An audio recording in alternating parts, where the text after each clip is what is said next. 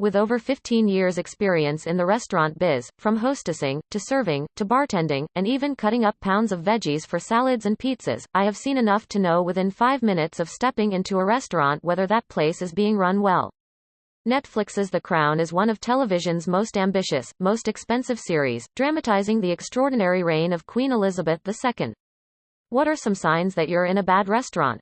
Absent hosts at the door, dirty conditions, and an indifferent staff can all lend to a less than stellar dining experience. Nobody greets you at the door. It's one thing if the hostess is simply seating another table, and you only have to wait a moment before she greets you. It's quite another thing when you stand and wait for a lengthy period of time without being greeted when you arrive at a restaurant. In the first 2 seasons, Claire Foy portrayed the Queen in her younger years, with Olivia Colman taking over the role for the subsequent 2 seasons. This is where first impressions are made, and a restaurant that doesn't ensure customers are greeted at arrival is a restaurant that's likely having some major management issues. If you find yourself having to flag down a passing staff member just to inquire about being seated, you may want to rethink where you're dining. You get ignored. There's a rule of thumb in the restaurant industry that says a table should be greeted within 60 seconds of being seated. The 4th season, which debuted in November 2020, was arguably the series' most anticipated, covering the period of time when Prince Charles Josh O'Connor married Diana Spencer Emma Corrin, and all the drama that followed. While the show depicts real events that actually happened, The Crown takes a lot of creative license. The Crown is a work of fiction and the level of invention has been growing, royal biographer Sally Bedell Smith complained to the Daily Mail. Your server might be completely bogged down, and unable to get your drink order or tell you the specials in that time, but it only takes a moment to greet a table, and let them know you'll be with them in a few minutes. This little trick goes a long way in establishing a good rapport with guests. However, the show's resident royal expert Robert Lacey sees things slightly differently, pointing out in Radio Times that The Crown isn't a documentary. If the server is unable to do this, maybe they're in the kitchen arguing with a cook, then teamwork should be involved. The host may tell you that your server will be with you soon, or the manager should stop by and greet you. The rules of historical drama are different, he wrote, citing Shakespeare's Macbeth as an example. What you see is both invented and true. As a result, The Crown can sometimes diverge wildly from what actually took place. If you find yourself sitting for a while, maybe without even a menu to look at, and staff is passing by your table without so much as a smile, this is a pretty sure indication that this ship is not sailing smoothly. The place is deserted. You were seated at the best table by the window on a rainy Tuesday night? Score. You were seated at the best table by the window at 8 p.m. on a Saturday, without a reservation? That's no score. That's a sign that nobody else wants to eat at this place, and you have to wonder why. While brand new establishments might be slow to pick up a steady clientele, a restaurant that consistently seems like a ghost town is probably not operating at the top of their game, and is unlikely going to attract good servers, who can make a lot more money at the packed place across the street. For concrete examples, read on to discover the real details The Crown left out of the story. The Buckingham Palace intruder was tripping on shrooms. The 5th episode of Season 4 of The Crown focuses entirely on Michael Fagan, who infamously broke into Queen Elizabeth's bedroom in 1982 as she slept. By all means, try the new places in your hood, but those steadily declining places? They're declining for a reason. The menus or table setting are dirty. There's no excuse for presenting a table of guests with dirty menus or table settings. Menus can get dirty pretty easily, especially at restaurants that offer bread baskets, or the worst offender, chips and salsa. In the episode, Fagin and the Queen have a conversation in which he explains how Margaret Thatcher's policies were crushing Britain's working class. My high school years were spent hostessing at a popular Mexican restaurant on the New Jersey shore, and I spent a good many hours wiping down the menus that were filthy with salsa stains. Allowing dirty silverware or glassware to hit a table is also unacceptable in my book. While mistakes can certainly happen in even the nicest of restaurants, grungy-looking silverware, or lipstick stains on glasses, could easily be avoided if the restaurant employs a little bit of teamwork. However, that's not what really happened. A 1982 article in the New York Times stated that Fagin actually sat on the bed 6 feet from the Queen, told her he loved her and threatened to kill himself. As Fagin told The Independent in 2012, he and the Queen didn't talk much. She went past me and ran out of the room, her little bare feet running across the floor, he recalled. As for Fagin's actual motives, they're somewhat murky. I don't know why I did it. Something just got into my head, he said, admitting his actions may have resulted from ingesting too many magic mushrooms a few months earlier. When a staff is trained to look out for every aspect of the guest experience, and not just their own job, you're guaranteed to have a better meal. Tables aren't being cleared. Do you really want to sit next to a pile of someone else's dirty dishes? I sure don't. 2 years later I was still coming down, he revealed. If you or anyone you know is having suicidal thoughts, please call the National Suicide Prevention Lifeline at 1-800-273-TALK, 8255. Charles's Shakespearean meet cute with Diana never happened. Season 4 of Netflix's The Crown features Prince Charles waiting for his date, Sarah Spencer Isabel Eddy, when he encounters her 16-year-old sister Diana Spencer at their family home, Althorpe. Diana, it appeared, had cooked up a scheme to meet Prince Charles, even though her sister told her to scram. It doesn't make a difference if customers are waiting for that table or not. Wearing a mask and costumed as a nymph, Diana reveals she's practicing for a performance of A Midsummer Night's Dream, leading to a conversation about Shakespeare. However, there's no evidence to suggest that happened. I want to see a bus person swoop in on that table within a minute of the party leaving. According to Spencer, now Lady Sarah McCorquodale, the actual meeting wasn't as coincidental as The Crown suggests. Back when I was waiting tables, if the busboy was too busy to get to a recently emptied table, I would grab a bus bucket and clear the table myself. I introduced them. I'm Cupid, she told The Guardian soon after the couple's engagement. And it doesn't end with cleaning the table. In fact, reports indicate that Prince Charles, then 29, and Diana, 16, actually met while shooting grouse at Althorpe. We sort of met in a plowed field, Diana recalled in their engagement interview. During that same interview, Prince Charles shared his cringeworthy first impression of his future bride. I remember thinking what a very jolly and amusing and attractive 16-year-old she was, he said. I mean, great fun, and bouncy and full of life and everything. The real Prince Charles was a lot more handsy than the Crown's version in The Crown. Prince Charles and Diana Spencer meet a second time when she strolls over while he's driving his convertible on a country road. A quick sweep with a broom under and around the table is usually necessary, especially if there were children eating there. She offers her condolences on the death of his beloved great-uncle, Lord Mountbatten, who was killed when the Irish Republican Army bombed his fishing boat. While it's been documented that Diana's sympathetic shoulder did indeed help her bond with Prince Charles during that pivotal moment in his life, the interaction didn't happen quite the way The Crown suggests. According to a report in the Evening Standard, in the documentary Diana, in her own words, Diana herself described their conversation about Lord Mountbatten taking place not on a road, but at the home of some mutual friends. In Diana's recollection, they were sitting on a hay bale discussing his great-uncle when Prince Charles decided to get romantic and make his move, and wasn't particularly suave about it. Condiments and salt and pepper shakers should get a quick wipe as well.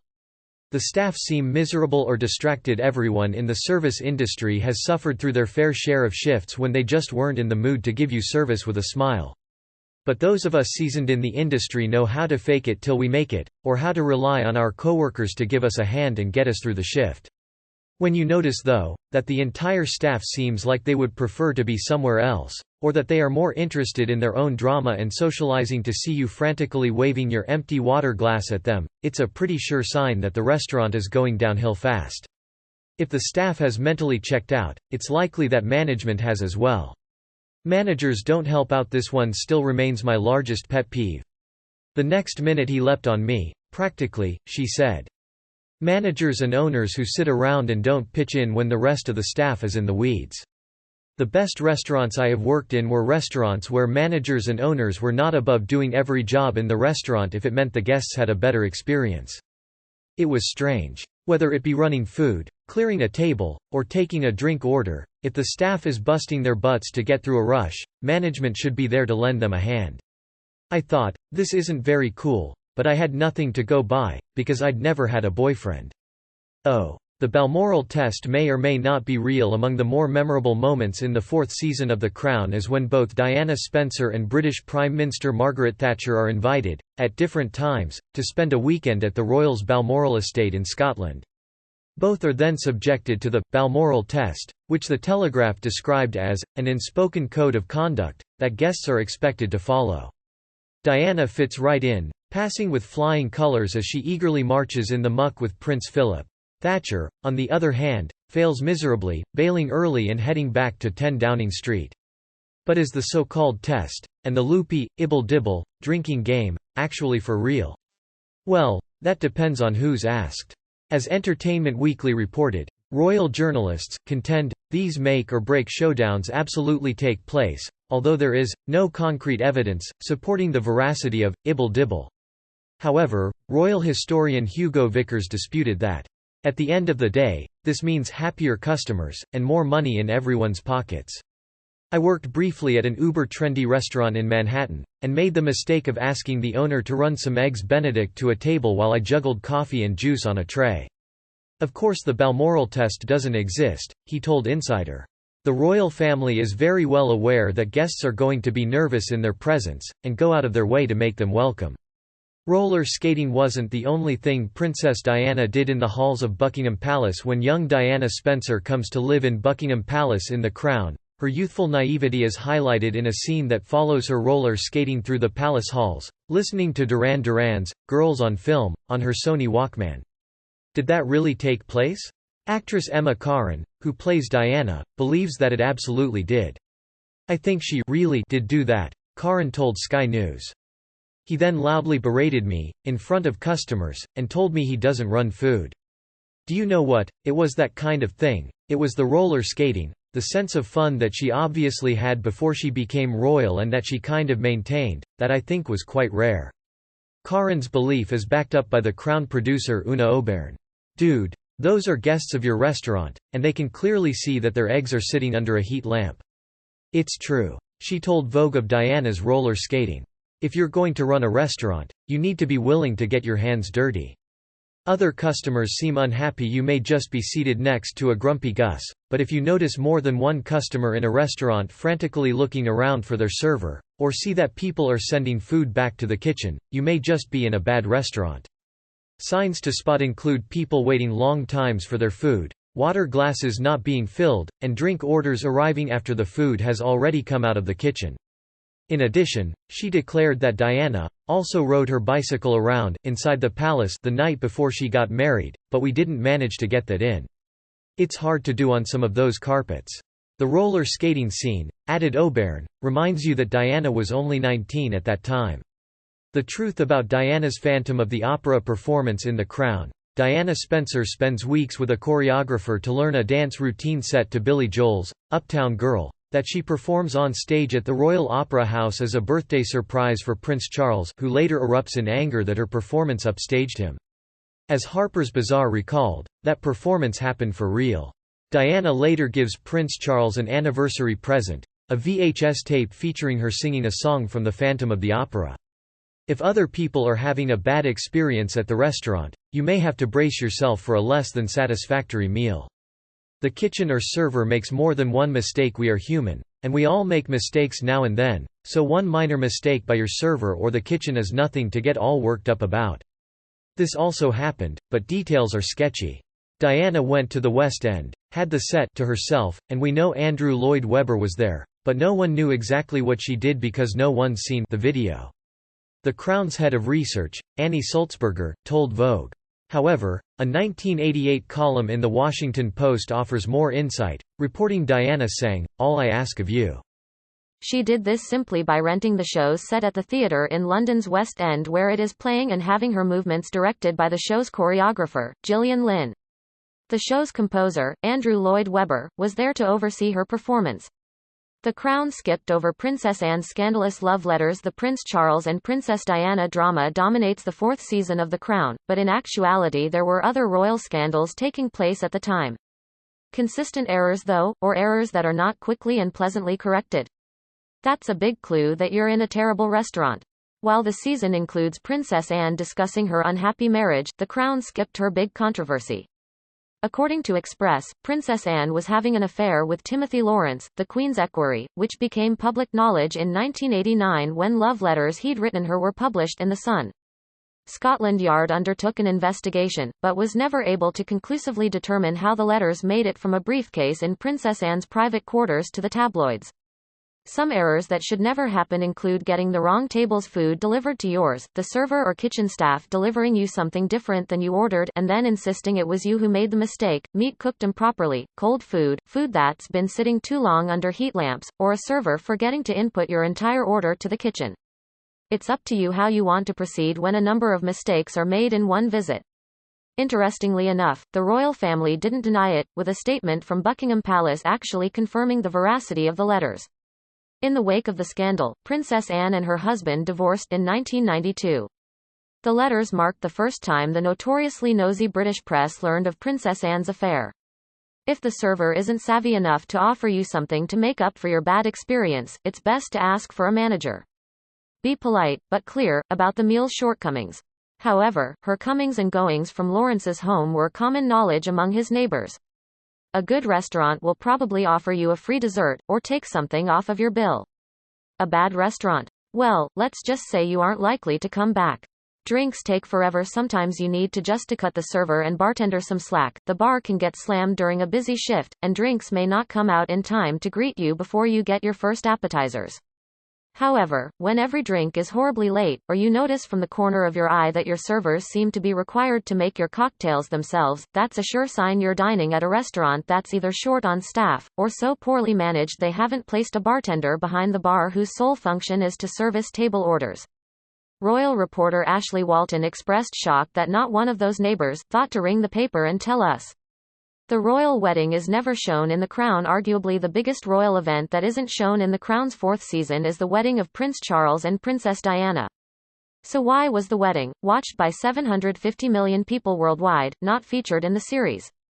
Emma Corrin, who plays Diana, offered an explanation. "We never recreate things just for the sake of recreating them," she told The Hollywood Reporter. "For me, a restaurant that doesn't have a tightly run bar is one that I'm not likely to return to. The bathroom is poorly kept. This one really drives me crazy. I have worked in enough restaurants to know that the way they keep their bathrooms is a pretty good indication of the way they keep their kitchen. I think if we do recreate a scene, like the engagement scene, for instance, when they do the announcement, it has to be because it's linked to something that the characters are going through." According to Corrin, anybody can look up the wedding on YouTube and be watching it in 10 seconds, so I don't think there'd be any point in us recreating it. Josh O'Connor, who plays Charles, seconded that, explaining that the royal wedding is already so ingrained in the public consciousness that viewers can easily fill in the blanks from their own memories. At a good restaurant, the restrooms will be checked periodically throughout a shift to make sure that toilet paper and paper towels are stocked, and everything is in good working order. I think all the historical events are important for punctuating so that the audience know where we are in the chronology of the story, he added. Princess Diana's self-harm during her depression isn't addressed in The Crown. The Crown doesn't shy away from addressing Princess Diana's bulimia, nor the profound depression she experienced. At the end of a shift, that bathroom will be scrubbed top to bottom with good, old-fashioned bleach. However, one thing the series doesn't show is that she'd begun harming herself. In audio transcripts of Princess Diana's interview with biographer Andrew Morton, via The Daily Beast, she recalled her escalating bulimia was taking a toll on her physical and mental health during the months she spent at Balmoral after her wedding. If a bathroom smells of urine, has visibly dirty floors, overflowing trash cans, and broken locks on the stalls, you can bet the kitchen is kept in the same state of disarray. "I got terribly, terribly thin," she revealed. "That's a restaurant I would be unlikely to return to. Your courses aren't timed properly. There is nothing worse than feeling like a restaurant is trying to rush you out the door. But that's exactly how it feels when your entrees arrive at your table minutes after you've received your appetizers. Seasoned servers know to time the orders going into the kitchen accordingly so this doesn't happen. The worst case of this happened to some friends and I recently at a popular chain restaurant. People started commenting, 'Your bones are showing.' By October, I was in a very bad way. I was so depressed, and I was trying to cut my wrists with razor blades." She ultimately left early and returned to London, to seek treatment, not because I hated Balmoral, but because I was in such a bad way. In her 1995 interview with Martin Bashir for BBC One's Panorama, Diana confirmed how deeply she'd sunk into depression. "A couple of us are former servers, so we specifically asked our waiter to hold off on firing our entrees until we had time to enjoy our apps. I didn't like myself," she explained. Nevertheless, the food runner arrived with our burgers less than 5 minutes after we got our fried calamari and Mediterranean hummus platter. So what did we do? We politely sent the burgers back, and asked for new ones to be prepared when we were ready for them. So where did this particular restaurant go majorly wrong? The server tried to argue with us that we should take the old burgers that were still sitting around in the kitchen, and complained angrily to us that the kitchen wouldn't be happy with us.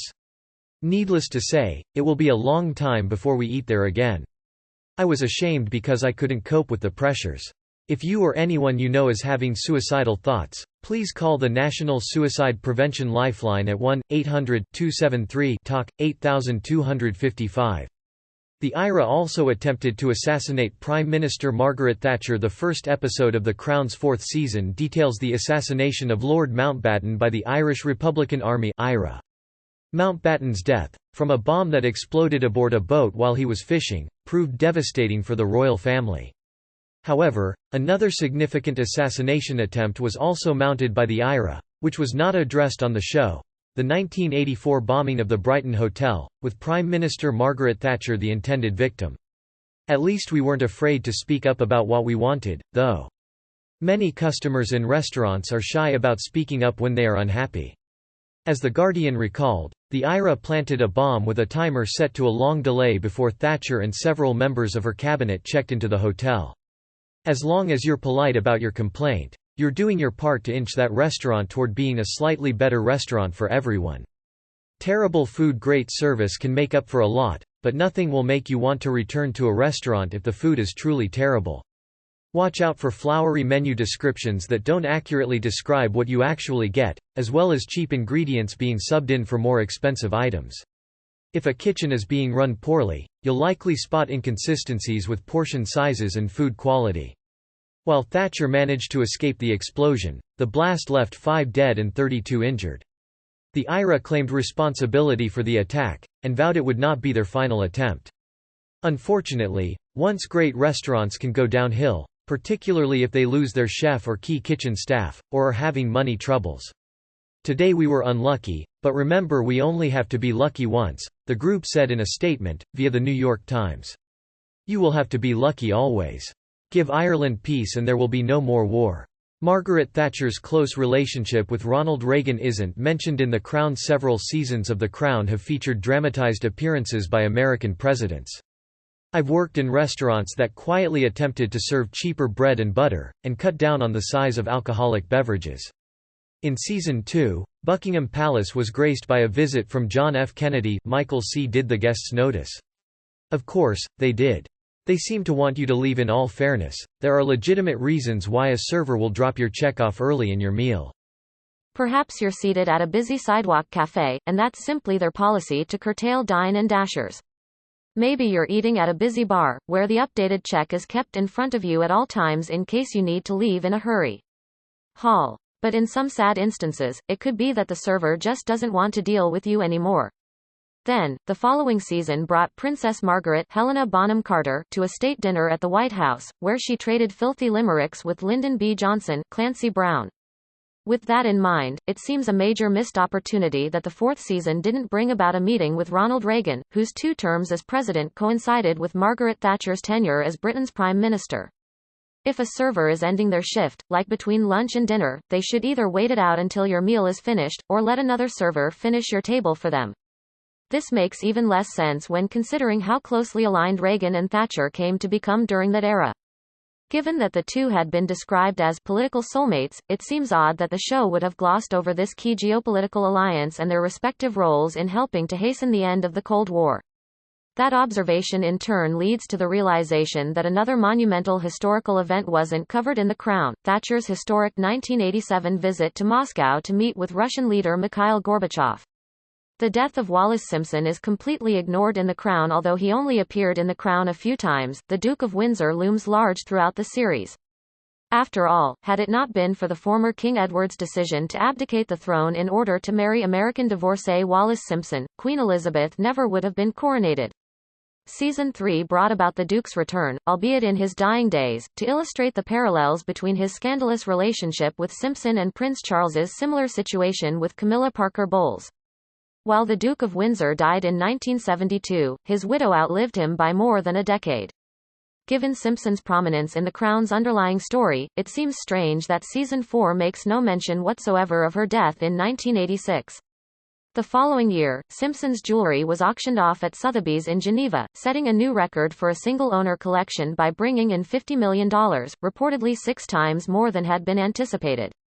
Attended by such stars as Elizabeth Taylor and Joan Collins, the auction was big news, and precisely the kind of thing that gossipy Princess Margaret would have discussed gleefully over cocktails in a snarky scene. The Crown missed an opportunity for a Freddie Mercury cameo. An anecdote found in actress Cleo Roca's memoir The Power of Positive Drinking would have made a memorable scene in the 4th season of The Crown. Sometimes it's not the server at all, but the kitchen staff, bullying a server into getting a table to leave so they can all go home for the night. If a server is being indelicate about trying to get you out the door in a hurry, that's a sign that the management of the restaurant are not keeping a keen eye on what's happening in the dining room. Glaring errors on your bill. I hate to throw my fellow servers of the world under the bus, but sadly, there are a small handful of unscrupulous waiters and waitresses who will try to charge guests for items they didn't have, particularly if the guests are a large group, or have been drinking. Roca's writes of being invited to lunch by Princess Diana, and afterwards stopping by the nearby home of comedian Kenny Everett. As they watched The Golden Girls on telly, Queen frontman Freddie Mercury popped over. At some point the volume was turned down, with each taking on a character in the sitcom and providing their own hilariously naughty dialogue. When Princess Diana found out the men were heading to a rather notorious gay bar, she insisted on joining them. To pull it off, however, a disguise was in order, so Princess Diana donned Everett's camo jacket and aviator glasses, and tucked her hair into a leather cap. While innocent mistakes certainly can happen, it is always smart to check your bill and make sure you actually received everything you're being charged for. Also double-check that an item that was promised to be removed from your bill actually was. If you strongly suspect a server was up to no good, that's something you should definitely report to the manager or owner. Scrutinizing her in the half-light, we decided the most famous icon of the modern world might just pass for a rather eccentrically dressed gay male model, Roca's wrote. Miraculously, the disguised princess was smuggled into the jam-packed bar undetected. They had a drink and then beat a retreat before she could be discovered. Princess Diana's grandmother actually advised her not to marry Prince Charles. Princess Diana's grandmother, Lady Fairmoy, knew the royal family inside and out after spending 33 years as the Queen Mother's woman of the bedchamber. In the 4th season of The Crown, she tutors Princess Diana in royal protocol, and appears to be 100% behind the relationship. In fact, she even warns Diana not to screw it up, impressing upon her how important marrying Prince Charles will be for their family. Princess Diana herself, however, contended her grandmother held the opposite view.